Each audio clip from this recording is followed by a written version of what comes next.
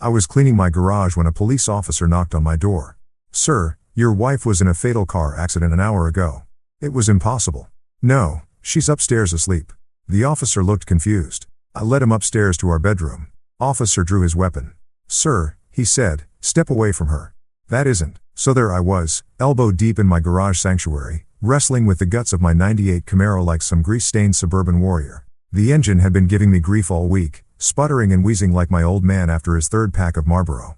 But hey, at least car problems make sense. You diagnose the issue, you fix it, and boom, problem solved. If only life worked that way, right? The radio was blasting some classic rock garbage that made me feel younger than my 42 years.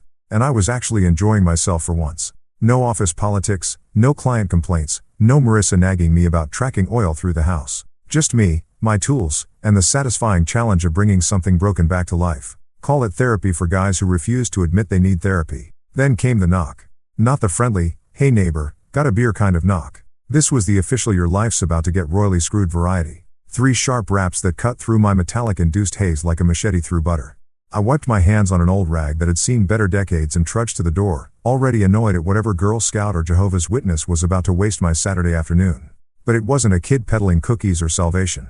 Standing on my doorstep was Officer Bruce Jackson, looking like he'd rather be anywhere else on planet Earth. The guy was built like a linebacker, but carried himself with the weight of bad news. His uniform was soaked from the October rain that had been hammering our little slice of suburbia all day, and his hat sat in his hands like he was attending a funeral, which as it turned out, he basically was. "Sir," he started, and already I didn't like where this was heading. "Cops don't show up at your door on Saturday to tell you you've won the lottery. Are you David Mercer?" "Depends who's asking." I shot back because being a smartass is apparently my default setting when I'm nervous. "But yeah, that's me." "What's this about, officer?" Jackson cleared his throat and looked me dead in the eye with the kind of expression they probably teach at cop school. Somewhere between sympathetic and professional, like he was reading from a script he'd memorized, but hoped he'd never have to use. "Sir, I'm afraid I have some difficult news. Your wife, Marissa Mercer, was involved in a fatal car accident approximately an hour ago." The words hit me like a sledgehammer to the chest. Fatal accident. Marissa. My brain tried to process this information, but it felt like trying to solve calculus while drunk. For a moment, the world went completely silent, except for the sound of rain hitting the pavement and my own heartbeat doing a drum solo in my ears. Then I did something that probably seemed completely insane to Officer Jackson. I laughed. Not a happy laugh, mind you, but one of those bitter, incredulous sounds that bubbles up when reality decides to take a hard left turn into crazy down. "No," I said, shaking my head like a dog trying to get water out of its ears. "No, that's impossible. You've got the wrong guy, wrong house, wrong universe, maybe. Marissa's upstairs asleep. She's been battling a headache all day and went to bed early." The confusion that spread across Jackson's face should have been my first clue that something was seriously off in Denmark. Cops deal with denial all the time. They're probably used to people refusing to accept bad news. But this wasn't denial confusion. This was, "What the hell is this guy talking about" confusion. "Sir," he said slowly, like he was talking to someone who might be having a mental breakdown. "We have positive identification. The vehicle was registered to Marissa Mercer at this address. We found her purse, her driver's license." "Then you found the wrong purse," I interrupted, already heading toward the stairs. "Come on, I'll show you.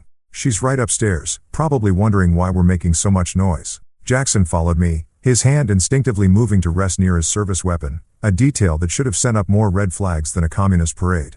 But I was too focused on proving him wrong to notice. We climbed the stairs to the master bedroom and I called out like I had 1,000 times before, "Marissa, honey, there's someone here who thinks you're dead. Come tell this nice officer how very much alive you are." I pushed open the bedroom door with the confidence of a man who was absolutely certain he was about to make a cop look like an idiot. The room was dark, curtains drawn against the gray afternoon light, but I could see the familiar shape under the covers. Blonde hair fanned across the pillow just like always. My wife, my Marissa, exactly where I'd left her. "See," I said triumphantly, reaching for the bedside lamp, "one very much alive." The light clicked on, and Officer Jackson's entire body went rigid. His hand moved to his gun with the kind of speed that suggested years of training and several close calls with danger. "Sir," he said in a voice that had gone from sympathetic to deadly serious in about half a second. "Step away from the bed now." "What? What?" But even as I asked the question, my brain was starting to catch up with what my eyes were seeing. Something was wrong. Very, very wrong. The hair was right. The clothes looked familiar, but there was something off about the way the body lay there. Too still, too perfect, too. "That isn't a person, Mr. Mercer," Jackson said, his weapon now partially drawn. "That's a mannequin." My stomach dropped somewhere into the vicinity of my shoes. A mannequin? Not my wife. Not a person at all. Just a department store dummy dressed up in Marissa's clothes, wearing her jewelry, positioned in our bed like some sick joke. For a moment, that felt like a century. I just stood there staring at this thing that had fooled me completely. The makeup was perfect. The wig was Marissa's exact shade of blonde. Even down to the little curl she always got behind her left ear. Someone had gone to incredible lengths to create this illusion. But why, Mr. Mercer? Jackson's voice cut through my shock. I'm going to need you to explain what's going on here. Where is your wife? That's when it hit me. The realization that made my blood run colder than a Minnesota winter. This wasn't some random coincidence. This wasn't grief making me hallucinate. Someone had planned this. Someone had carefully, deliberately set up this elaborate charade. Someone wanted me to believe Marissa was both dead and alive simultaneously. I thought back to this morning, to Marissa kissing me goodbye before I headed to the garage. Her lips had been cold. I remembered now. Unusually cold. And she'd seemed distant, distracted. She'd claimed she had a headache and was going to rest, but looking back, there had been something else in her eyes, something that looked almost like guilt. I don't know, I whispered, and for the first time in my adult life, I meant it completely. I honestly don't know where my wife is. Outside, I could see my neighbor Tom reading, pretending to rake leaves while obviously straining to hear every word. The whole neighborhood would be buzzing about this within the hour. David Mercer, whose wife died in a car accident, but was also sleeping upstairs as a mannequin. It sounded like the setup to a really twisted joke, except nobody was laughing. Jackson was talking into his radio, calling for backup and crime scene texts, but his words sounded like they were coming from underwater. My world had just been flipped upside down and shaken like a snow globe, and I was still trying to figure out which way was up. But even in my shock, one thought kept hammering at my brain like a persistent headache. This level of planning, this attention to detail, this elaborate setup. It wasn't the work of some random psychopath. This was personal. This was someone who knew me, knew Marissa, knew our routines and our house, and exactly how to make me look like either a victim or a suspect. Someone had set the stage for the performance of a lifetime. And I was standing right in the middle of it, not knowing if I was supposed to be the hero, the villain, or just another prop in someone else's twisted game. The rain kept falling outside, washing away whatever evidence might have been there. And I stood in my bedroom staring at a fake version of my wife while trying to figure out where the real one had gone and why she'd left a mannequin in her place. Welcome to the worst Saturday of my life. Let me tell you something about mannequins. They're creepy as hell under the best circumstances. Stick one in a department store window wearing the latest fall fashion and it's just another part of the retail landscape. But dress one up in your wife's favorite pajamas, complete with her wedding ring and that little scar on the wrist from when she tried to cook Thanksgiving dinner in 2018, and suddenly you're living in a Stephen King novel. I couldn't stop staring at the thing. Whoever had crafted this masterpiece of deception had clearly majored in how to mind screw your husband 101 with a minor in theatrical design. The attention to detail was absolutely insane. And I mean certifiably straitjacket-worthy insane. They'd even painted a tiny beauty mark on the left shoulder, the one Marissa always complained about, but I'd always found adorable. For about 30 seconds there, I'd been completely fooled. Hell, I'd been ready to introduce Officer Jackson to my very much alive wife and watch him shuffle away red-faced with apologies. Instead, I was standing in my bedroom feeling like I'd been sucker punched by reality while a cop treated me like I might be the next subject of a Netflix true crime documentary. Jesus Christ, I muttered, running a hand through my hair. This is seriously messed up. Jackson was all business now. His earlier sympathy replaced by that cop mode suspicion that probably kept him alive on the streets. His eyes kept darting between me and the mannequin like he was trying to figure out if I was a grief-stricken widower or a complete psychopath. Mr. Mercer, he said, and his voice had that careful, measured tone they use when they think you might snap at any moment. I need you to walk me through your day. When was the last time you actually saw your wife, your real wife, alive and moving around? That should have been an easy question. Married couples see each other all the time, right? Morning coffee, quick kisses, goodbye, mundane conversations about whose turn it is to take out the trash. Except when I really tried to think about it, my brain kept hitting these weird blank spots. This morning, I said, but even as the words left my mouth, they felt wrong somehow. She kissed me before I went out to work on the car. Said she had a headache and was going to lie down. What time was that? Around 10, maybe 10:30. I was trying to sound confident, but doubt was creeping in like water through a cracked foundation. She seemed, I don't know, off distracted. Jackson was scribbling in his little notebook like my life story was suddenly fascinating literature. Off. How? That was the million-dollar question, wasn't it? How do you explain that your wife of 16 years seemed like a stranger in her own skin? That her kiss felt mechanical, like she was going through the motions, that she'd been clutching her phone like it contained state secrets. She's been weird lately, I admitted, hating how that sounded, but unable to come up with a better description. Secretive. Always on her phone, jumping when it rang. New perfume, new clothes, staying out later than usual. I figured she was planning something for our anniversary next month, maybe a surprise trip or something. The look on Jackson's face suggested he was thinking about entirely different kinds of surprises. The kind that involved divorce lawyers and private investigators, not romantic getaways. Any marital problems, Mr. Mercer? Financial troubles? Anyone who might want to hurt either of you? Standard questions, I guess. But they hit uncomfortably close to home. Our marriage had been, well, let's just say we weren't exactly poster children for wedded bliss lately. The spark had dimmed somewhere between the mortgage payments and the routine of middle-aged suburban life. We'd become roommates more than lovers. Two people sharing space and bills, but not much else. But hurt us? That seemed extreme.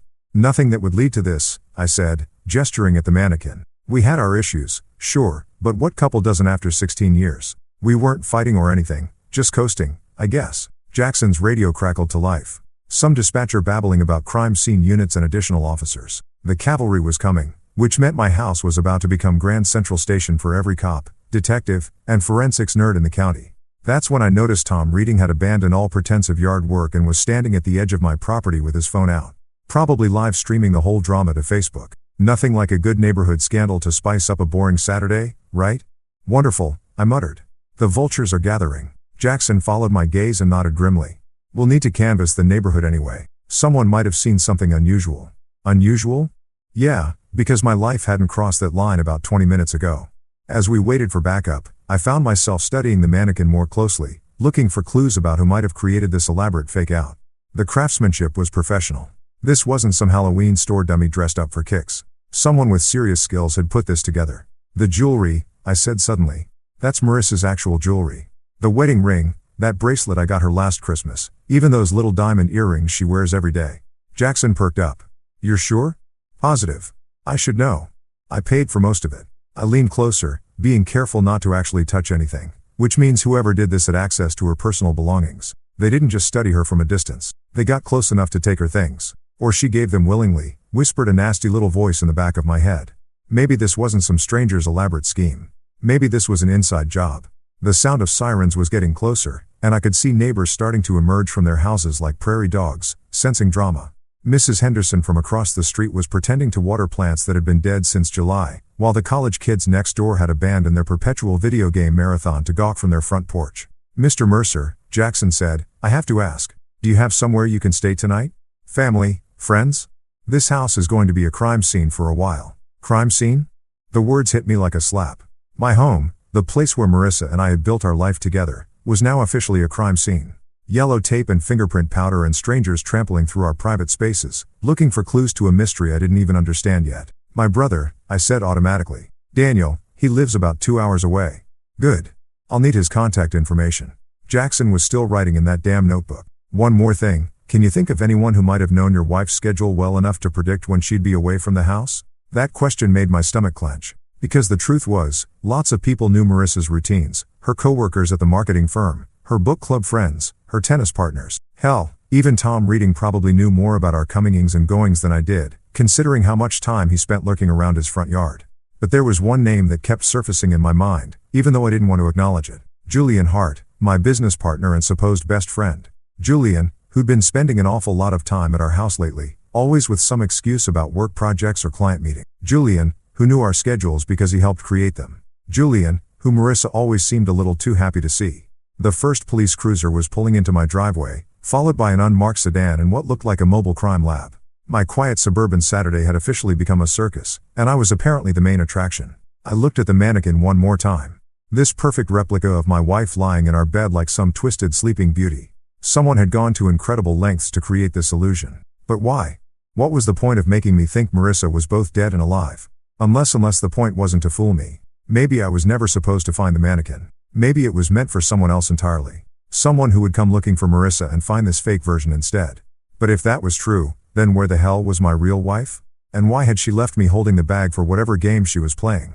The cops were at my front door now, and I could hear Jackson's voice directing them upstairs. My life was about to be dissected by strangers. Every private moment examined for clues to a puzzle that seemed to have more pieces missing than present. I just hoped that when they put it all together, I'd still recognize the picture they found. The next 3 days felt like living in some alternate reality where everything looked normal, but nothing actually made sense. The police had turned my house into their personal playground, dusting for fingerprints and bagging evidence like they were shopping at a crime scene clearance sale. I'd been staying at a Holiday Inn that smelled like industrial disinfectant and broken dreams, eating takeout Chinese food and watching news reports about my own life like I was some random spectator instead of the guy living this nightmare. The media had latched onto the story like vultures on roadkill. Mysterious mannequin case baffles police. Husband discovers fake wife in bed. Is this murder or elaborate hoax? The reporters were having a field day with my misery, turning my personal hell into primetime entertainment for people eating dinner and pretending to care about strangers' tragedies. But here's the thing about rock bottom. Sometimes it gives you the clarity to see what you should have noticed all along. Sitting in that crappy hotel room surrounded by empty takeout containers and my own spiraling thoughts, I finally admitted what my gut had been screaming for months. Something was seriously wrong with my marriage, and it wasn't just the usual middle-aged doldrums. So, I did what any reasonable man would do when his life exploded into 1,000 pieces. I called my little brother. Daniel Mercer was everything I wasn't. Spontaneous, where I was methodical; rebellious, where I played by the rules; and annoyingly perceptive about people's, where I preferred to give everyone the benefit of the doubt. He'd become a private investigator after washing out of law school, claiming he preferred real detective work to pushing papers for corporate scumbags. We hadn't talked much lately, mainly because he'd spent our last conversation telling me I was drowning in suburban mediocrity and needed to wake up before life passed me by. Turned out the little bastard might have been onto something. David, his voice sounded surprised when he picked up. Jesus, I heard about Marissa on the news. Are you okay? Define okay, I said, staring at the water stain on the hotel ceiling that looked disturbingly like a map of my current mental state. My wife is supposedly dead, but someone left a mannequin in our bed dressed like her, and the cops are treating me like I'm either a victim or a suspect, depending on what day it is. Holy Daniel had never been one for subtle reactions. That's seriously messed up, even by my standards. Where are you now? Holiday Inn on Route 9. Living the dream and eating lam manna for breakfast. Listen, Danny, I need your help. Something's been off with Marissa for months, and I think this whole thing might be connected to whatever she's been hiding. There was a pause, and I could practically hear the gears turning in his head. Daniel might be a screw-up in the traditional sense, but when it came to sniffing out lies and deception, the guy was like a bloodhound with trust issues. What kind of off? He asked. So, I told him everything. The late-night phone calls that ended abruptly when I walked into the room. The new clothes that definitely weren't purchased on our usual budget. The way she'd started password protecting her laptop and keeping her phone face down during dinner. The sudden interest in girls' nights out that seemed to happen with suspicious frequency. And you never thought to, I don't know, ask her about any of this. Daniel's tone had that familiar edge of little brother superiority that used to make me want to give him a wedgie. I'm not the jealous husband type, I said defensively. I trusted her. We've been married 16 years. You don't just start spying on your wife because she's acting a little weird. Dude, Daniel said, and I could hear him shaking his head through the phone. You're not the jealous type, you're the oblivious type. There's a difference. 3 days later, Daniel showed up at my hotel room carrying a manila folder that looked like it weighed about as much as my remaining faith in humanity. He'd always been the kind of guy who could dig up dirt on a saint, but I wasn't prepared for the archaeological expedition he'd apparently conducted into my wife's secret life. Sit down, he said. Which is never what you want to hear when someone's holding evidence of your personal catastrophe. That bad? I asked. But I was already reaching for the bottle of whiskey I'd picked up at the liquor store next to the hotel. Some conversations require liquid courage. That bad? He opened the folder like he was revealing classified government secrets, which in a way I guess he was. The first photo hit me like a sucker punch to the solar plexus. Marissa, my wife of 16 years, walking out of the Marriott downtown with her hand on the arm of Julian Hart, my business partner and supposed best friend. Son of a bitch, I whispered. It gets worse, Daniel said, spreading out more photos like he was dealing cards in the world's worst poker game. Marissa and Julian in his car. Marissa and Julian having lunch at a restaurant I'd never heard of. Marissa and Julian looking at each other like they were teenagers sneaking around behind their parents' backs. But the real kick in the teeth came with the next batch of photos. Marissa meeting with some guy I didn't recognize in a coffee shop, sliding him an envelope thick enough to choke a horse. Then another meeting, this time with a woman who looked like she'd stepped out of a spy movie. All designer clothes and suspicious glances. Who are these people? I asked, though I was pretty sure I didn't want to know the answer. The guy's name is Lucas Kane, Daniel said, consulting his notes like he was reading my obituary. He's what you might call a life transition specialist. Helps people who want to disappear start fresh somewhere new. New identities, new backgrounds, the whole 9 yards. And the woman, that's where it gets really interesting. She works for a company that specializes in financial, let's call it redistribution. They help people move money around in ways that make it very difficult to track. I poured myself another whiskey and tried to process this information. My wife wasn't just cheating on me. She was planning to vanish completely, taking God knows how much of our money with her. There's more, Daniel said. And I realized he was just getting warmed up. I managed to get into some of her online activity from the past 8 months. She's been taking pictures, David. Lots of pictures. He pulled out printouts of what looked like insurance documents, bank statements, and business contracts. All taken with a phone camera, all from my home office. My private files, my company documents, even the safe combination I'd written down and hidden in my desk drawer like an idiot. She's been documenting your entire financial life, Daniel said. Bank accounts, investment portfolios, insurance policies, business partnerships. This isn't just about running away with her boyfriend. This is about taking you for everything you're worth. I stared at the evidence of my wife's betrayal, feeling like I'd been living with a stranger for months without realizing it. Every kiss, every I love you, every moment of supposed marital contentment had been a lie while she systematically prepared to destroy my life. How long? I asked. Based on what I can trace, at least 8 months of active planning. But the thing with Julian probably goes back further than that. 8 months.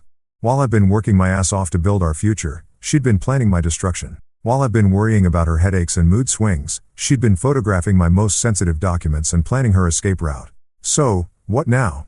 I asked. I mean, the cops think she's dead, but she's obviously not. Do I tell them about this? Do I file for divorce against a dead woman? What's the protocol here? Daniel leaned back in the uncomfortable hotel chair and gave me that look. The one that meant he was about to suggest something that would either save my life or land me in federal prison. You could do that, he said slowly. You could be the good little Boy Scout. Turn over all this evidence and let the system sort it out.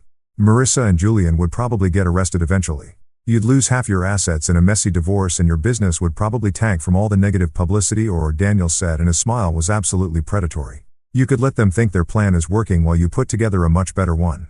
I looked at my little brother sitting there in that crappy hotel room with evidence of my wife's betrayal spread out like a battle plan and realized that maybe it was time to stop being the good guy who always played by the rules. After all, they'd started this game. The least I could do was finish it. Tell me more, I said, and poured another drink for both of us. Because apparently, I was about to become someone I'd never been before, someone who fought back instead of just taking the hit. And honestly, after 16 years of being the reliable, trustworthy, predictable husband, the idea felt pretty damn good. They wanted to erase me. Fine. Let's see how they liked being erased instead.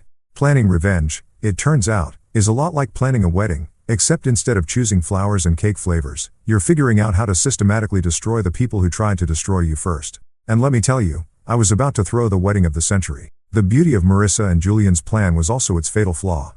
It relied entirely on me being the same trusting, oblivious schmuck I'd been for the past 16 years. They'd counted on me playing the grieving widower hour while they disappeared into their new life with my money, never suspecting that good, old, reliable David might actually have some teeth hidden behind all that suburbanness. Well, surprise, turns out the family dog can bite when you corner him. Daniel and I spent the next week holed up in that hotel room like a couple of conspiracy theorists, mapping out every detail of their scheme and figuring out how to turn it inside out. The plan that emerged was beautiful in its simplicity. If Marissa wanted to fake her death, I'd let her. Hell, I'd help her. The only difference was that her new life wouldn't be quite the tropical paradise she was expecting. First, I needed someone to play the corpse. That's where Riley Ward came in. A favor I'd been saving for years without knowing it. Riley was former military, the kind of woman who could disarm a bomb or perform field surgery with equal competence. And she owed me big time for helping her get her security contractor business off the ground when she left the service. More importantly, she had the kind of moral flexibility that made her perfect for what I had in mind. You want me to what now? Riley asked when I called her with my proposition. Even over the phone, I could hear the amusement in her voice. She'd always appreciated a good con job. Play dead, I repeated. One car accident, very convincing, very final. You'd be the body they find in the wreckage instead of Marissa, and your actual wife won't be quite as dead as she's hoping to be. There was a pause, then Riley's characteristic laugh. The sound of someone who'd seen enough real combat to find civilian problems entertainingly absurd. This is the most up favor anyone's ever asked me for. I love it. When do we start? While Riley handled the theatrical side of things, I turned my attention to home renovations. Amazing what you can accomplish with a little creativity, some soundproofing materials, and 16 years of accumulated knowledge about your house's quirks. The basement had always been my domain. Anyway, Marissa hated going down there, claiming it was too dark and creepy. Perfect. I built her a little apartment down there, complete with bathroom facilities, a comfortable bed, and even a flat-screen TV. Call it a subterranean bed and breakfast, except the checkout time was entirely up to me. The soundproofing was professional grade. Couldn't have the neighbors getting curious about any unusual noises after all. But the real masterstroke was flipping Lucas Kane, their so-called life transition specialist. Turns out Mr. Kane had some interesting tax issues with the federal government. And a few phone calls to the right people made him very eager to discuss alternative employment opportunities. Funny how quickly a man's loyalty shifts when he's looking at potential jail time. Your wife and her boyfriend are planning something big, Kane told me during our clandestine meeting at a truck stop outside town. He looked like the kind of guy who sold fake IDs to college kids, which wasn't far from the truth. They want to accelerate the timeline. Something about you getting suspicious. How accelerated? This weekend, the accident's supposed to happen Saturday afternoon on Route 116. That stretch with all the curves. Your wife will be driving to visit her sister in Albany. I almost laughed. Marissa's sister lived in Phoenix and hadn't spoken to her in 3 years. If I'd been paying attention, that alibi alone would have blown their whole scheme. And after the accident, I pick up the real package from a Renvis point about 5 miles from the crash site. Then it's new identities and a trip to Costa Rica where your business partner has been setting up some very nice offshore accounts. Not anymore, I said, sliding him a new envelope thick with cash. Here's what's actually going to happen. Saturday morning arrived gray and drizzly. Perfect weather for a tragic accident. I spent the morning in the garage again, just like the week before, except this time I wasn't working on the car. I was waiting for the phone call that would tell me the show had begun.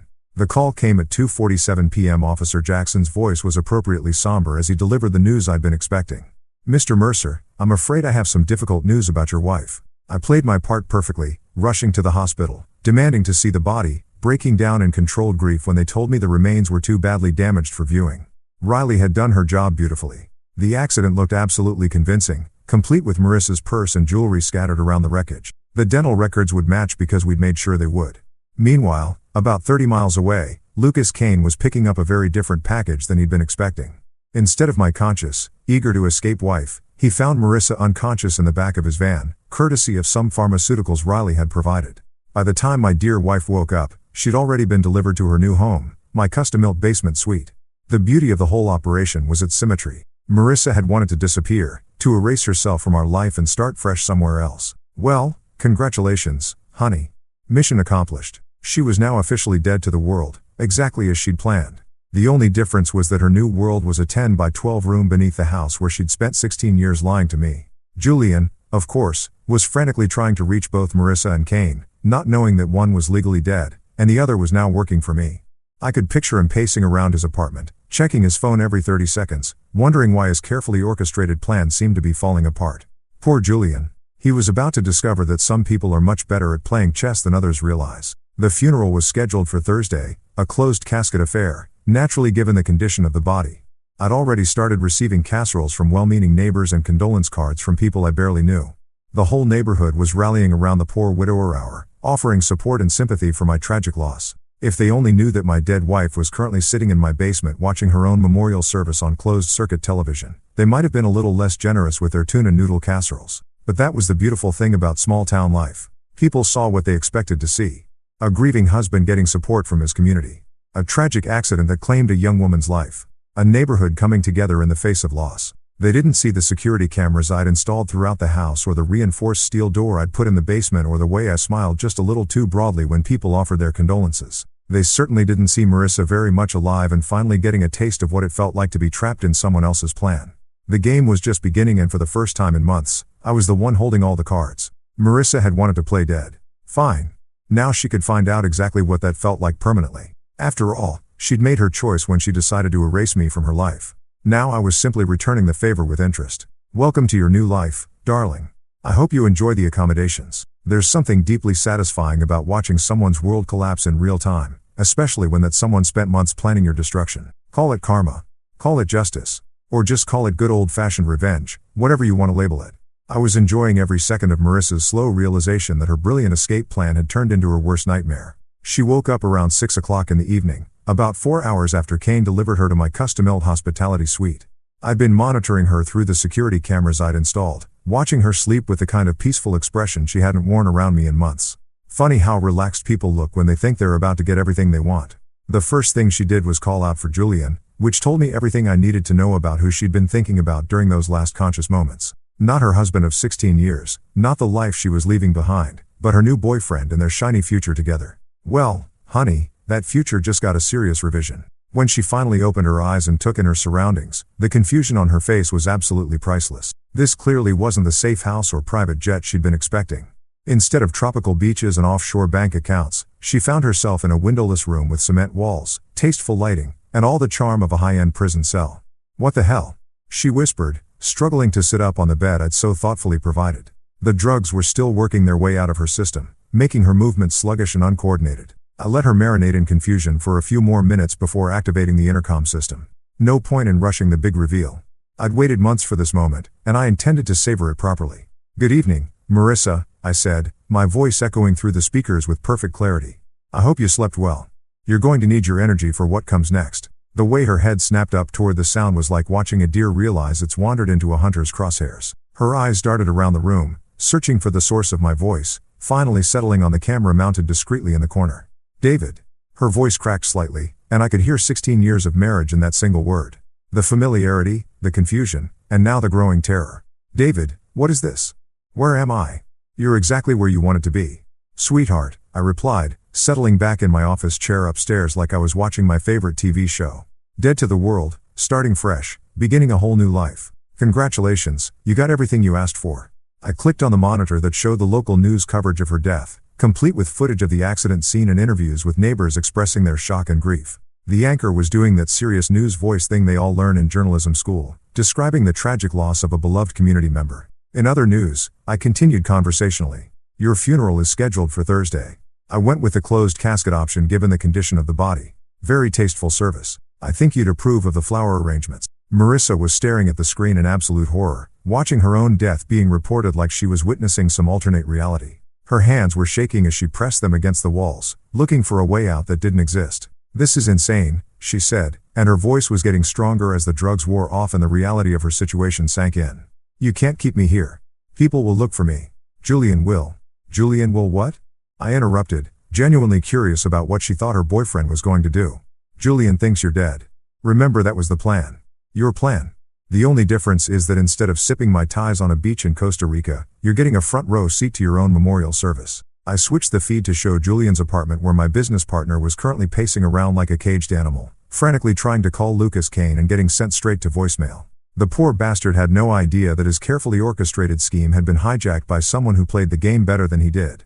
"Take a good look, Marissa," I said, zooming in on Julian's panicked face. "That's the man you chose over me. The one you were willing to destroy our marriage for. Watch how concerned he is about your well-being." Julian was on his phone again, but he wasn't calling hospitals or police stations. He was calling his lawyer, his accountant, anyone who could help him figure out what had gone wrong with their plan. Not once did he seem genuinely worried about Marissa as a person. She was just another asset that had failed to materialize. "He doesn't give a damn about you," I continued, enjoying the way Marissa flinched with each word. "You were just a convenient way to get access to my money and my business. Now that the plan's gone sideways, he's already working on how to save his own ass." The truth was hitting her like a series of physical blows. I could see it in her face, the gradual understanding that she'd been played just as much as I had, maybe more. Julian had used her feelings for him to turn her into a weapon against her own husband. And now that the weapon had misfired, he was cutting his losses. "You're lying," she said. But there was no conviction in her voice. She was watching Julian on the screen, seeing the same selfish panic that I was seeing, and the evidence was pretty damn conclusive. "Am I?" I asked. "Let's test that theory, shall we?" I switched to another camera feed. This one showing Julian's latest phone call. The audio was crystal clear, thanks to some very expensive surveillance equipment Daniel had helped me install. "I don't care where she is," Julian was saying to someone on the other end. "The whole thing's blown up. I need new papers and a way out of the country before the feds start asking questions about those offshore accounts." Marissa's face went white as she listened to the man she'd betrayed her marriage for discussing her disappearance like a minor inconvenience. No concern for her safety.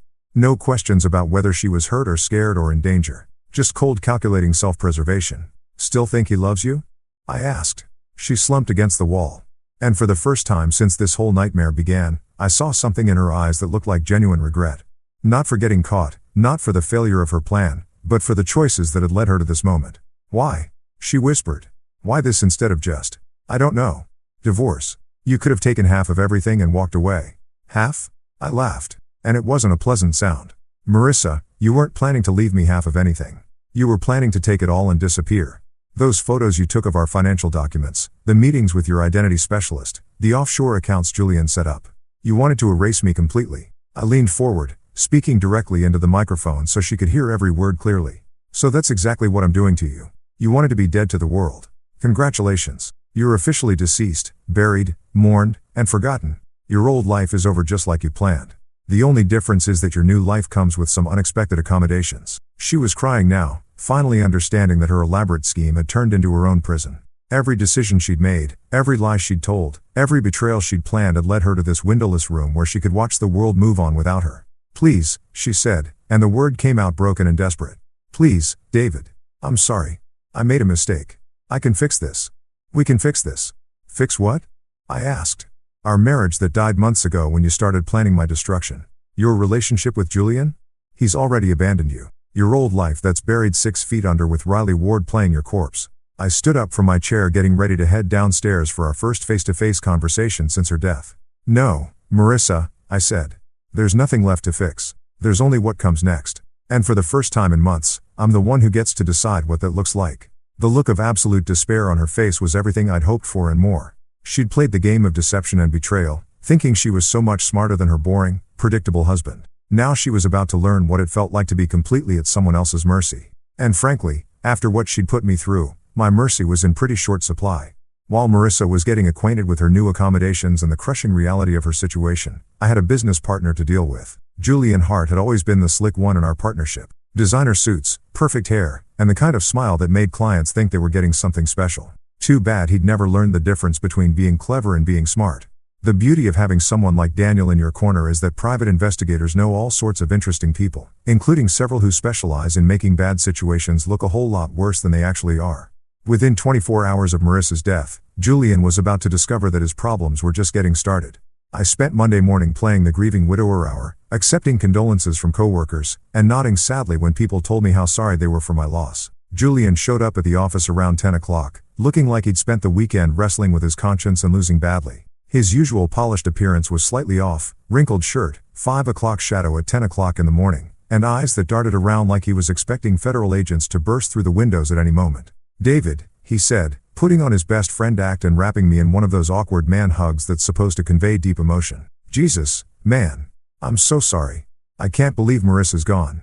The irony was absolutely delicious. Here he was comforting me over the death of the woman he'd been planning to run away with, and he had no idea that she was currently sitting in my basement watching this whole performance on closed-circuit television. "Thanks, Julian," I said, playing my part with the kind of understated grief that would make community theater directors weep with joy. I can't wrap my head around it, you know. She was fine when I left for the garage that morning." And then I let my voice trail off and ran a hand through my hair. The picture of a man struggling to hold it together. Julian nodded sympathetically, but I could see the wheels turning behind his eyes. He was probably wondering if I suspected anything, if I'd found any evidence of their affair, if his carefully constructed alibi was going to hold up under scrutiny. What he didn't know was that his alibis were about to become the least of his problems. "Listen," he said, glancing around the office like he was worried about being overheard. "If you need anything, time off, help with the business, whatever, just say the word. We're partners. But more than that, we're friends. I've got your back." Friends, right? The kind of friend who spends months planning to destroy your life and steal your wife. But I just nodded gratefully and told him I appreciated the support. That afternoon, while Julian was at lunch with a client, the first shoe dropped. 2 men in cheap suits showed up at our office flashing badges and asking questions about Julian's recent financial activities. They were actors Daniel had hired, armed with fake IDs and enough authentic-looking paperwork to fool anyone who wasn't expecting to be conned. "We're with the Financial Crimes Division," the taller one announced to our receptionist, loud enough for half the office to hear. "We need to speak with Mr. Julian Hart about some irregularities in his banking records." By the time Julian returned from lunch, the entire office was buzzing with rumors about federal investigations and financial crimes. The fake agents had left behind just enough paperwork to make it look official, including a very convincing subpoena for Julian's financial records. I watched him read the subpoena through my office window, and it was like watching a man realize his house was on fire while he was still trapped inside. His face went through about 6 different shades of pale before settling on a sickly green that matched his expression perfectly. He was in my office within minutes, closing the door behind him and trying to look casual while his entire world crumbled around his ears. "David," he said, attempting his usual confident tone and failing spectacularly. "I need to talk to you about something. There might be some complications with some of my personal investments." "Complications?"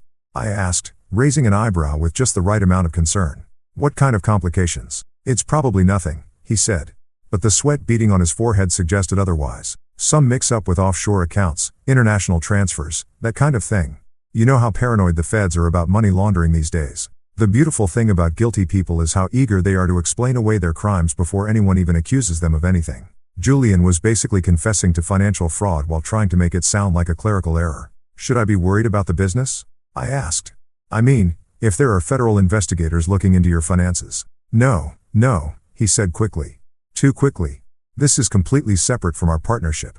Personal stuff. Nothing that affects the company at all. He was lying, of course. The offshore accounts he'd set up were meant to hold my money after he and Marissa cleaned out our joint assets and disappeared.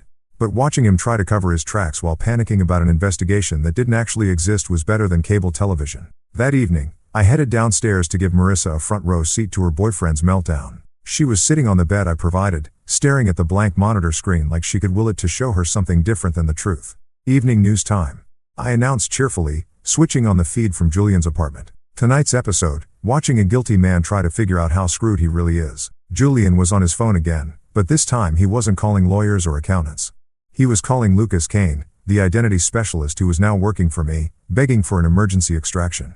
I need new papers tonight, Julian was saying, pacing around his living room like a caged animal. The whole thing's blown up. There are federal agents asking questions and I need to be gone before they connect me to the offshore accounts. Marissa was watching with the kind of horrified fascination you'd reserve for a car accident happening in slow motion. This was the man she'd chosen over 16 years of marriage. A coward who was ready to abandon her the moment his own comfort was threatened. Still think he's your knight in shining armor? I asked. She didn't answer, but I could see the tears streaming down her face as she watched Julian throw their entire relationship under the bus to save himself. He's not even asking about you, I continued, not wondering if you're safe, not concerned about what happened to you, just worried about his own skin. The phone call continued with Julian growing more desperate by the minute. Kane was stringing him along beautifully, making promises about new identities while secretly recording every word for my entertainment. Where does he think you are right now? I asked Marissa. Does he think you're dead like everyone else? Or does he know you were supposed to be picked up after the fake accident? He thinks she started then stopped, her voice catching. He thinks I'm waiting at the safe house. He thinks Kane picked me up and I'm just waiting for him to join me. And yet he's planning to run without you. I observed interesting priorities your boyfriend has. On the screen, Julian was now offering Kane double money for immediate extraction, no questions asked. He was willing to abandon Marissa, abandon their plan, abandon everything as long as he could save himself from consequences that were mostly imaginary. This is the man you destroyed our marriage for, I said quietly. This is who you thought was worth throwing away 16 years of history. Take a good look, Marissa. This is what love looks like when it's tested. She was sobbing now, finally understanding that she'd been played by someone who cared about her even less than she'd ended up caring about me. Julian had used her feelings to turn her into a weapon against her own husband. And now that the weapon had backfired, he was cutting his losses without a second thought. Please, she whispered, not looking away from the screen. Please turn it off. I can't watch anymore. Oh, but this is just the beginning, I said, settling into a chair I'd placed specifically for these viewing sessions. Tomorrow, things get really interesting. You wanted a front row seat to a new life, remember? Well, here it is. Your boyfriend's about to learn what happens when you mess with the wrong guy's family. The panic in Julian's voice was music to my ears, and the despair on Marissa's face was the perfect harmony. They'd started this game thinking they were so much smarter than everyone else, so much more deserving of happiness and wealth and freedom. Now, they were about to discover that sometimes the quiet, reliable guy in the corner is the most dangerous player at the table. The thing about destroying someone's life is that timing is everything. You can't just blow up their world all at once. That's amateur hour. The kind of revenge that lacks artistry and leaves everyone feeling unsatisfied. No, proper destruction requires patience, precision, and the kind of dramatic build-up that would make Shakespeare proud. Julian Hart was about to get the full theatrical experience. I'd spent Tuesday night setting the stage while he panicked in his apartment, calling every contact he had in his desperate attempt to disappear before the fake federal investigation closed in on him. What he didn't realize was that his frantic phone calls were being monitored by Daniel, who was building a beautiful case file of actual criminal activity to hand over to the real authorities. See, here's the thing about fake investigations. Sometimes they uncover real crimes. Julian's offshore accounts weren't just theoretical. They were stuffed with money he'd been skimming from our business for months. His panic had led him to move funds around in ways that violated about 17 different federal banking laws. The irony was absolutely delicious. My fictional frame-up was about to become a very real prosecution. Wednesday morning arrived gray and drizzly. Perfect weather for watching a man's life implode in spectacular fashion. I got to the office early, positioning myself with a clear view of the parking lot and a fresh cup of coffee. The show was about to begin, and I didn't want to miss a single moment. Julian showed up at 8:47 a.m. looking like he'd spent the night wrestling with demons and losing badly. His usually perfect hair was disheveled. His designer suit looked like he'd slept in it. And his eyes had that wild cornered animal look that comes from knowing you're completely but not knowing exactly how you are yet. He was carrying a briefcase that I knew contained fake passports, cash, and probably a one-way ticket to somewhere without extradition treaties. Poor bastard actually thought he was going to make it out of this mess. At 9:15 a.m., 3 black SUVs pulled into our parking lot with the kind of synchronized precision that screams federal law enforcement. But these weren't Daniel's actors. These were the real deal, complete with authentic badges, actual arrest warrants, and the kind of serious expressions that come from years of putting white-collar criminals behind bars. I watched through my office window as Julian saw the vehicles and literally stumbled backward, his face going through that same sick color palette I'd enjoyed so much the day before. His hands were shaking as he fumbled for his phone, probably trying to call Lucas Kane for that emergency extraction that was never going to come. The agents moved with practiced efficiency, surrounding the building while their colleagues marched through our front entrance like they own the place. Our receptionist pointed them toward Julian's office, and I could see her mouth forming the words, "He's right over there." With the helpful enthusiasm of someone who had no idea, she was directing a man's complete destruction. Julian tried to run, actually tried to bolt for the back exit like he was in some kind of action movie, clutching his briefcase full of evidence, and moving with all the grace of a panicked giraffe. The agents were on him before he made it 10 feet professional and polite as they explained that he was under arrest for wire fraud, money laundering, and conspiracy to commit tax evasion. The look on his face when they cuffed him was absolutely priceless. Pure, undiluted terror mixed with the dawning realization that his carefully constructed life was over. He kept looking around the office like he expected someone to rescue him, to explain that this was all a misunderstanding, to make it all go away with the right phone call or the right amount of money. But there was no rescue coming, no last-minute reprieve, just the cold, hard reality of federal agents reading him his rights while his co-workers watched through office windows with the kind of horrified fascination usually reserved for natural disasters. "David," he called out as they led him toward the exit, his voice cracking with desperation. "David, you have to help me. Call my lawyer. This is all a mistake." I stepped into the hallway, putting on my best expression of shocked concern. "Julian, what's happening? What's going on?" "It's about the offshore accounts," he said, and I almost laughed at how eager he was to confess his crimes in front of witnesses. "The federal investigation, it's all a misunderstanding. I can explain everything." One of the agents paused in the doorway, looking back at me with professional interest. "Sir, are you Mr. Mercer? We may need to speak with you as well, given your business partnership with the defendant." "Of course," I said, playing the cooperative citizen perfectly. "Whatever you need." I had no idea Julian was involved in anything illegal, which was technically true. I'd known he was planning to steal from me, but I hadn't known about the money laundering operation he'd been running on the side.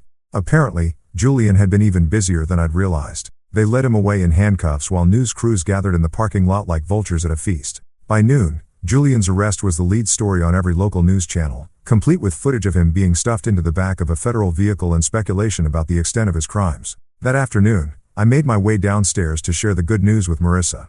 She was sitting exactly where I'd left her, staring at the blank monitor screen with the kind of hollow expression that comes from having your entire worldview shattered in the span of a few days. "Have I got a treat for you?" I announced cheerfully, switching on the news feed. "Today's episode, the complete and total destruction of your boyfriend's life and freedom." The footage of Julian's arrest played across the screen in glorious high definition. Every moment of his humiliation captured for posterity. Marissa watched in silence as reporters discussed federal charges, potential prison sentences, and the ongoing investigation into his financial crimes. 25 years, I said conversationally, reading from the news ticker at the bottom of the screen. "That's the maximum sentence for the charges they've filed so far.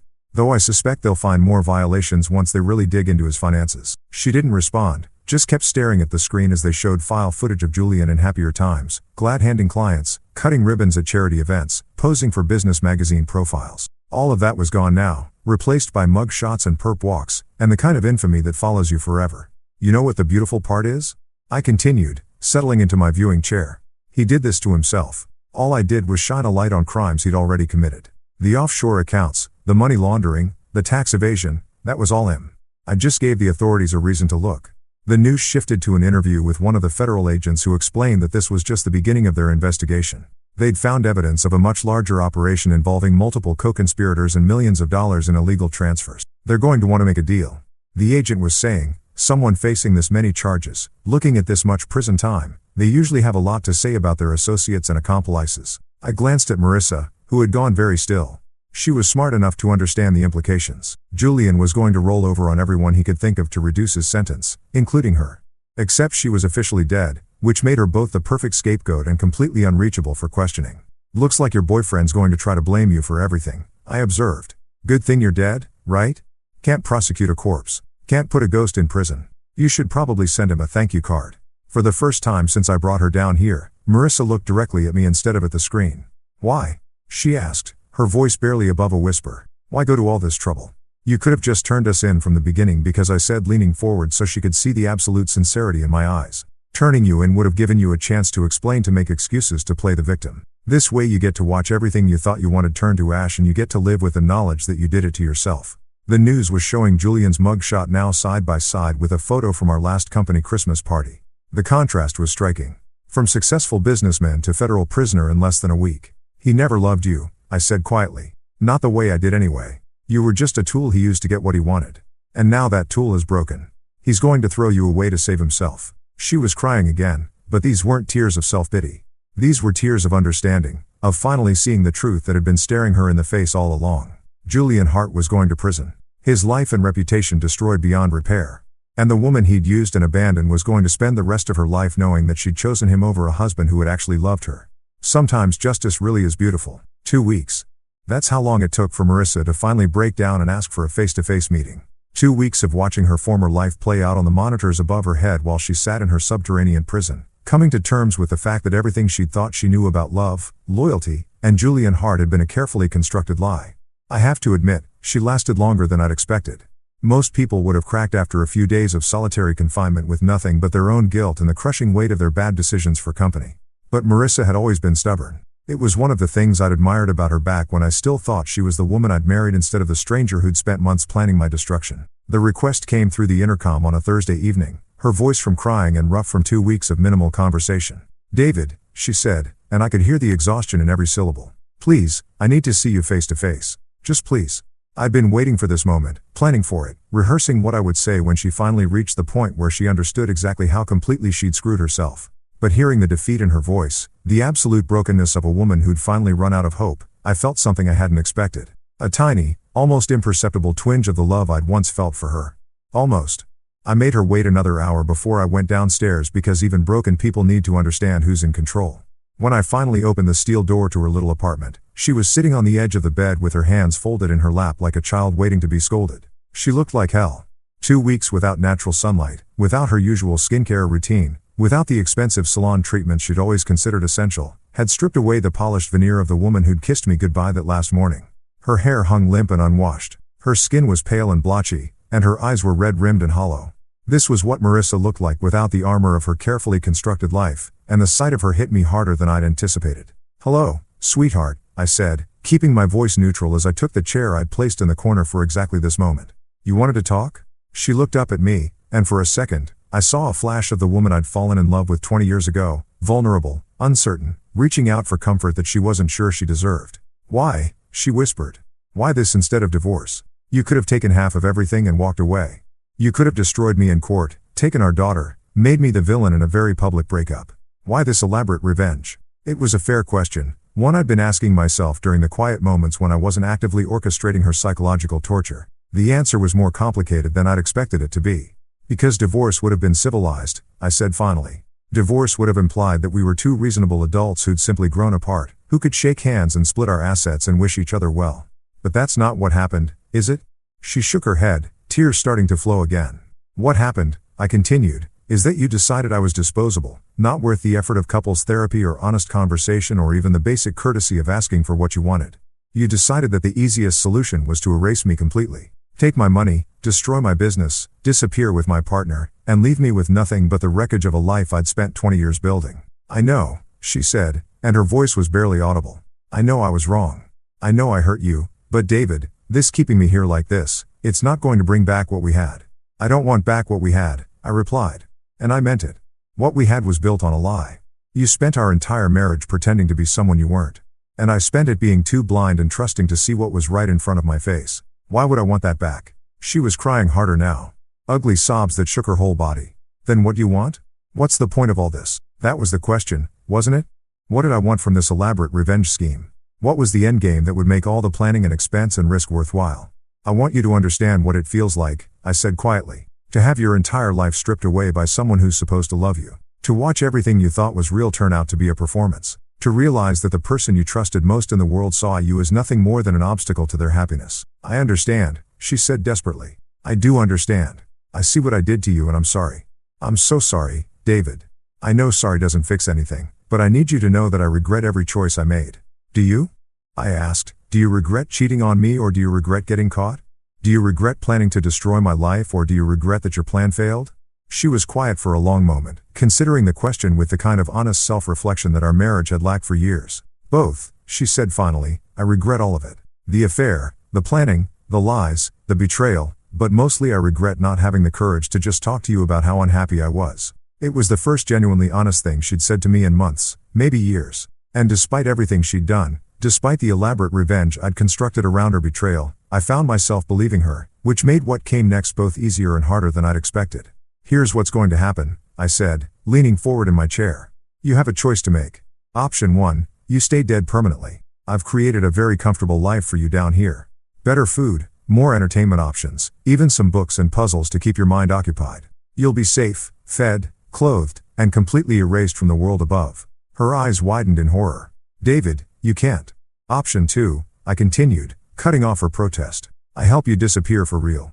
New identity, new background, enough money to start over somewhere far away where no one will ever connect you to Marissa Mercer or this whole mess. You get to live, but you lose everything. Your name, your history, your family, your daughter. The mention of our daughter hit her like a physical blow. Leia was 19, a sophomore in college. And as far as she knew, her mother had died tragically in a car accident. The funeral had been beautiful, the grief genuine, and Leia's tears over her mother's grave had been some of the most heartbreaking moments of my life. Leia. Marissa whispered. My baby girl. How is she? Is she okay? She's fine, I said. Sad, obviously, but handling it better than I expected. She's stronger than either of us gave her credit for. Could I see pictures? Just to know she's all right. And there it was. The one request I've been waiting for. The one thing I could give her that might make this nightmare worthwhile for both of us. If you choose option 2, I said if you agree to disappear completely and never try to contact either of us again, I'll make sure you get pictures, updates on how she's doing, major milestones, that kind of thing. Not often and not forever, but enough to know she's happy and healthy. She was sobbing again, but this time it wasn't just grief and self-pity. This was the sound of a mother's heart breaking as she realized she was about to lose her child forever. Why would you do that? She asked. After everything I've done, why would you be kind to me? Because despite everything you've done, I said, you're still Ila's mother. And because somewhere underneath all the lies and betrayal, there's still a tiny piece of the woman I used to love. The choice I was offering her wasn't really a choice at all. Option 1 was slow psychological torture disguised as mercy, while option 2 was exile and erasure with just enough humanity to make it bearable. But it was more than she'd planned to give me, and we both knew it. How long do I have to decide? She asked. You don't, I replied, standing up from my chair. You've already decided. You just need to say it out loud. She looked up at me with eyes that held 20 years of shared history. The good times and the bad, the love and the betrayal, the beginning and now the end. I want to see my daughter grow up, she whispered. Even if it's just in pictures, even if she never knows I'm alive. Then it's settled, I said, heading for the door. Tomorrow you become someone else entirely, and Marissa Mercer stays buried where she belongs. I paused at the threshold, looking back at the woman who'd been my wife, my partner, my biggest mistake, and my most elaborate revenge. For what it's worth, I said, I'm sorry it came to this. So am I, she replied. So am I. 3 months after Marissa Mercer was buried in Greenwood Cemetery, Clara Hayes walked into Murphy's Hardware in Whitefish, Montana, carrying a resume that was completely fabricated and a story about starting over after a messy divorce. The owner, a gruff 60-something guy named Frank Murphy, who'd never met a sob story he couldn't relate to, gave her the job managing his books and inventory without asking too many questions. Clara was everything Marissa had never been. Quiet, modest, grateful for simple work and a small apartment above the store. She wore second-hand clothes from the local thrift shop, kept her hair pulled back in a plain ponytail, and lived the kind of unremarkable life that wouldn't attract attention from anyone, least of all federal investigators looking for connections to Julian Hart's financial crimes. I'd done my homework when creating her new identity. Clara Hayes had a perfectly boring background. Born in Oregon, moved around a lot as a kid. Parents died in a car accident when she was 25. No siblings, no close friends, no social media presence worth mentioning. She was the kind of person who could disappear into small-town America without leaving so much as a ripple. Meanwhile, back in my actual life, things were going better than they had in years. Hart and Mercer had become just Mercer Consulting after Julian's very public downfall, and business was booming. Turns out that being the innocent victim of your business partner's financial crimes makes you look trustworthy and competent by comparison. Clients who'd been on the fence about working with us suddenly saw me as the stable, reliable choice in an industry full of sharks and con artists. The insurance payout for Marissa's death had been substantial.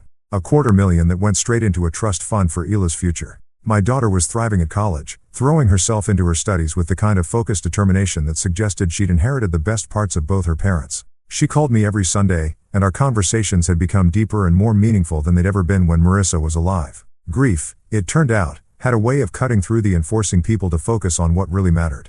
I'd even started dating again, carefully and cautiously, but with a sense of possibility I hadn't felt in years. There was something liberating about being completely honest about who I was and what I wanted, instead of trying to maintain the fiction of a happy marriage that had been dead for longer than I'd cared to admit. But the most satisfying part of my new life was the monthly ritual I'd established with Clara Hayes. Every fourth Saturday, I'd drive to a post office box in a town about 50 miles away and mail an envelope to a P.O. box in Whitefish, Montana. Inside were photographs. Yila at her college graduation ceremony where she made Dean's List. Leia volunteering at a local animal shelter. Leia on spring break with friends who clearly adored her. Never anything that could be traced back to me. Never anything with identifying information, just proof that our daughter was happy, healthy, and growing into the kind of young woman any parent would be proud of. I never included letters or explanations, just the photos and sometimes a newspaper clipping if Leia had been mentioned in the campus paper for some academic achievement. It was enough to let Clara know that her sacrifice hadn't been meaningless, that the daughter she'd given up to save was thriving in her absence. In return, Clara Hayes lived the kind of invisible life that kept her safe from discovery. She went to work, paid her bills, attended the occasional town function, and never ever tried to contact anyone from her former life. She'd become exactly what I'd offered her the chance to become. A ghost of herself, alive, but erased, breathing, but dead to everyone who'd ever mattered to her. About 6 months into this arrangement, Clara made a mistake. It was small, the kind of slip that most people would never notice, but I'd been monitoring her online activity through some very sophisticated software Daniel had helped me install. She'd searched for Yaya Mercer on the public computers at the Whitefish Library, probably hoping to find news about her daughter that went beyond my carefully curated photo updates. The search lasted less than 5 minutes before she realized what she was doing and logged off, but it was enough to trigger the alerts I'd set up. Within an hour, Clara Hayes' internet service was mysteriously discontinued due to routine maintenance issues that would take several weeks to resolve. Her phone service developed similar problems, leaving her effectively cut off from the outside world. The message was clear. Stick to the agreement or lose even the small mercies I'd been providing. She never tried to search for us again. As the months turned into a year, I began to understand something about revenge that I'd never considered before. It wasn't just about making someone pay for what they'd done to you. It was about finding a way to live with what they'd taken from you. And sometimes that meant taking something equally precious from them. Marissa had tried to erase me from existence to steal my life and leave me with nothing but the ashes of 20 years of marriage and partnership. So, I'd erased her instead more completely and permanently than she'd ever planned to erase me. She was alive, which made it more merciful than what she'd planned for me. But she was also dead to everyone who'd ever loved her, which made it more cruel. The genius of it was that she'd chosen this fate herself. I hadn't forced her into exile. I'd simply offered her a choice between two kinds of imprisonment, and she'd picked the one that let her hold on to a tiny thread of connection to the daughter she betrayed along with me. Julian, meanwhile, was serving his time in federal prison, probably spending his days wondering how his carefully planned escape had turned into a life sentence. The offshore accounts he'd set up to hold my stolen money had been seized by the government, along with everything else he'd accumulated through years of financial fraud. He'd lost his freedom, his wealth, his reputation, and his future. All because he'd underestimated the quiet guy in the corner office who paid attention to details. Sometimes I wondered if Clara Hayes ever thought about the life she'd thrown away. If she ever regretted choosing Julian Hart over the husband who'd loved her despite her flaws. But mostly, I didn't think about her at all. She'd become what she'd always been in the end, irrelevant to my happiness, unnecessary for my future. A cautionary tale about the price of betrayal. Leia called me on a Tuesday evening in November, bubbling with excitement about her plans for Thanksgiving break and her new boyfriend who wanted to meet her family. She sounded so much like her mother had at that age. Enthusiastic, optimistic, full of dreams about the future that it took my breath away for a moment. I wish Mom could meet him, she said. And there was still sadness in her voice when she talked about Marissa. But it was the clean grief of loss rather than the complicated pain of betrayal. She would have loved him. He's studying engineering just like you. She would have. I agreed and meant it. The Marissa that Leia remembered, the loving mother who'd never missed a school play or soccer game had been real. Even if the wife I thought I knew had been a fiction. I love you, Dad, Leia said. I'm proud of how strong you've been through everything. I love you too, sweetheart, I replied. More than you'll ever know. After we hung up, I sat in my office looking at the photos on my desk. Yila, at various stages of growing up, The family we'd been before betrayal had poisoned everything. The life we'd built together before I'd learned how much of it had been a lie. Tomorrow, I'd mail another envelope to Montana. Another set of pictures showing Clara Hayes that the daughter she'd sacrificed everything for was thriving without her. It was a small cruelty wrapped in mercy. A reminder that some choices couldn't be undone and some prices were too high to ever fully pay. But tonight, I was just a father who loved his daughter and a man who'd found his way back to happiness after having it stolen from him. Sometimes justice wasn't about punishment or revenge. Sometimes it was simply about rebuilding something better from the wreckage of what had been destroyed. And sometimes that was enough. 5 years. That's how long it took for our carefully constructed house of cards to face its ultimate test. 5 years of Clara Hayes living her invisible life in Montana. 5 years of me building something better from the ashes of my destroyed marriage. And 5 years of Leah growing into the kind of young woman who made every sacrifice worthwhile. The day was perfect. One of those crisp May afternoons that made you believe in fresh starts and happy endings. I was standing in the packed auditorium of State University watching my daughter walk across the stage to receive her engineering degree and feeling proud enough to burst. She'd graduated summa cum laude, landed a job with a prestigious firm in Seattle, and was planning to move in with the boyfriend I'd actually grown to like, a rare achievement for any father of a 24-year-old daughter. Leah looked radiant in her cap and gown, beaming as she shook hands with the dean and posed for the official photographer. 5 years of grief had taught her to appreciate life's victories, to savor moments like this instead of taking them for granted. She'd channeled her pain over losing her mother into academic excellence and a determination to make the most of every opportunity. As I watched her accept her diploma, I thought about all the people who weren't there to see this moment.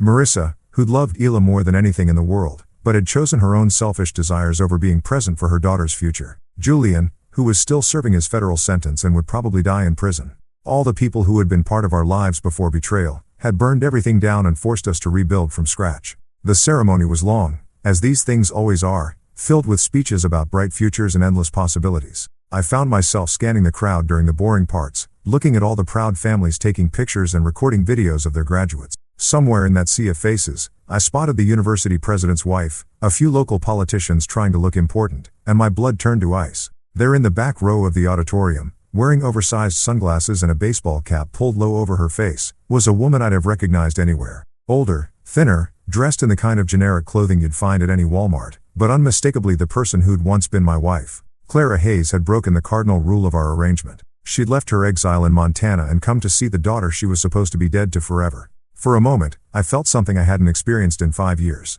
Genuine fear. Not for myself, but for Leah. What if Clara tried to approach her?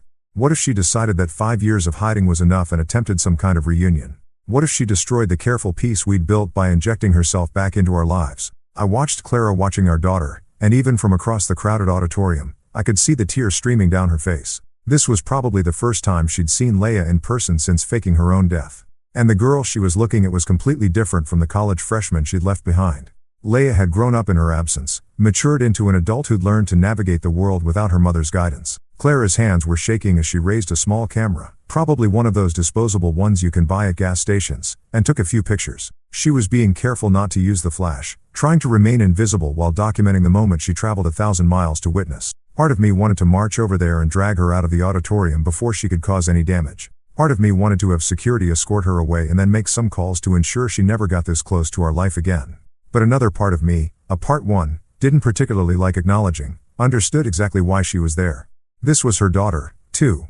Despite everything she'd done, despite the choices she'd made and the price she'd paid for them, Leah was still her child. And watching your child graduate from college was the kind of milestone that made people do desperate, dangerous things. So, I made a choice that surprised even me. Instead of stopping her, I watched her watch our daughter, and I let her have this moment. It was probably the only time she'd ever see Lilo again. The only chance she'd have to witness what her sacrifice had preserved. When the ceremony ended and the crowd began to disperse, I saw Clara start to move toward the exit. She was being smart, trying to leave before the crowd thinned out enough for anyone to get a clear look at her face. But as she passed my row, our eyes met across 20 feet of space and 5 years of complicated history. The recognition was instant and mutual. For just a moment, we stared at each other like two ghosts meeting in a graveyard. Both of us haunted by the life we destroyed and the choices we'd made in its aftermath. I could have signaled security. I could have pointed her out to the people around me, made a scene that would have ended with her arrest and exposure. I could have destroyed her new life as completely as she'd once tried to destroy mine. Instead, I did something that felt both like forgiveness and like the final act of revenge. I nodded. Just once, barely perceptible, but enough to acknowledge that I'd seen her and chosen not to act. The look of shock and gratitude that crossed her face was worth more than any punishment I could have inflicted. She understood what that nod meant, that I was still in control, still the one making the rules, but that I was choosing mercy over justice for this one moment. She mouthed 2 words that I could read clearly even across the distance between us. "Thank you." Then she was gone, disappearing into the crowd like she'd never been there at all. 20 minutes later, I was standing outside the auditorium with Leia and her boyfriend Mark, taking the kind of family photos that would eventually end up in frames on mantelpieces and office desks. Leia was glowing with happiness, talking a mile a minute about her plans for the future and how excited she was to start her new job. "I wish Mom could have been here," she said, hugging me tightly as Mark snapped pictures. "She would have been so proud." "She would have." I agreed. And for the first time in 5 years, I meant it without any bitterness or irony. "She loved you more than anything in the world." "I know," Leia said. "I feel her with me sometimes, you know, like she's still watching over me somehow." If she only knew how literally true that statement was. Later that evening, after the graduation dinner and the celebration drinks and all the tearful goodbyes, I sat in my hotel room and thought about the woman in the crowd. Clara Hayes would go back to Montana now, back to her invisible life and her small apartment above Murphy's Hardware. But she'd have something she hadn't had before. Recent memories of her daughter, proof that the choice she'd made had been worth the price she'd paid. 3 days later, I received a text message from an unknown number. Just 2 words, "Thank you." I deleted it immediately, just like I'd done with the only other message Clara had ever sent me. But this time, I found myself smiling as I erased the evidence of our contact. Justice, I'd learned, wasn't always about punishment. Sometimes it was about understanding that everyone pays a price for their choices. And sometimes the people who hurt you are paying a price that's already high enough. Clara Hayes would live the rest of her life knowing that she'd chosen to betray the people who loved her most. She'd wake up every morning in exile, surrounded by strangers who would never know her real name or her real story. She'd go to sleep every night knowing that her daughter was growing up without her, building a life that had no place for the woman who'd given her life. That was punishment enough. And allowing her one stolen moment to see what she'd preserved through her sacrifice, that wasn't weakness or forgiveness. It was proof that I was the one who got to decide what justice looked like. 5 years after Marissa Mercer had tried to erase me from existence, I was successful, respected, and surrounded by people who loved me for who I actually was instead of who they wanted me to be. My daughter was thriving, my business was booming, and my future looked brighter than it had in decades. Meanwhile, the woman who tried to destroy me was living under an assumed name in a town where nobody knew her history, getting by on minimum wage. And whatever mercy I chose to show her, I'd won completely, totally, and permanently. And the best part, she knew it, too. Sometimes the most perfect revenge is simply living well while your enemies live with the consequences of their choices. And sometimes, if you're very lucky and very patient, you get to be generous in victory without giving up any of the control you fought so hard to reclaim. Justice wasn't just about punishment, it was about balance. And after 5 years of careful orchestration, the scales had finally settled exactly where they belonged.